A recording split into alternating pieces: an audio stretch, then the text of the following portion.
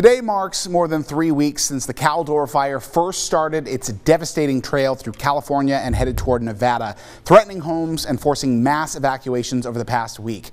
Now, for the past week, Krem2 photojournalist Jeff Bollinger and I were on assignment in the South Tahoe area, helping to share those stories surrounding that fire. So today, I wanted to walk you through the speed at which this fire overtook the South Tahoe community, and we're going to use some of the video from our tweet timeline to do that. As of today, the fire has destroyed over 800 homes, sheds, and businesses, and has burned over 200,000 acres. Now, at this time 1 week ago, this is the view we saw from our airplane window as we descended into California. You can see that plume of smoke so strong that it pushed its way up through the very highest clouds.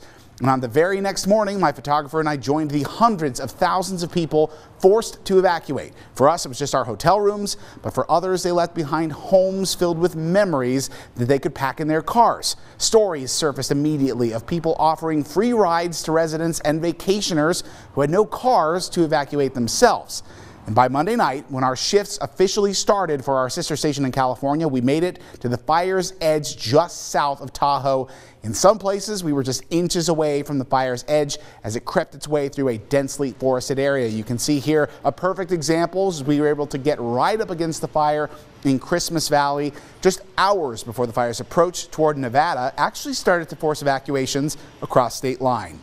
On Tuesday, our second full day in the area, the Caldor Fire continued to threaten popular areas like resorts, cabins, and family homes as it inched towards vital roadways, and those spots became crucial to protect, to preserve as many communities as possible. And as the fire grew all around us, this area you're seeing right here, called Christmas Valley, gave us some very interesting insight into the tactics of wildfire fighting, because as the winds pushed the fire the opposite direction, crews played defense here in Christmas Valley, protecting as many homes and other structures as possible while spreading other vital resources throughout the area. Now, even though we knew how long it had been burning and how many acres had been scorched, it wasn't until we were there ourselves in the middle of a vacation town turned ghost town that the full scope of the fire felt very real. Here's another important resort many area skiers might know. This is the Kirkwood Mountain Resort in the distance, and this is the view of the smoke plume that grew less than a mile north of that resort.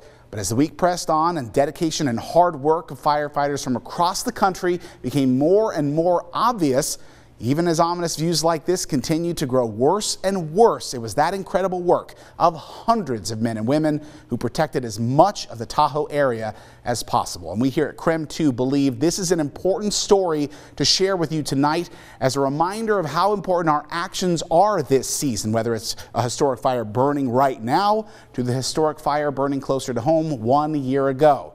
Tuesday will mark 1 year since the fire that destroyed the town of Malden, with both sides of these stories offering us a reminder the wildfire season is unpredictable and dangerous, and the fires can uproot entire lives, and it can happen anywhere, anytime.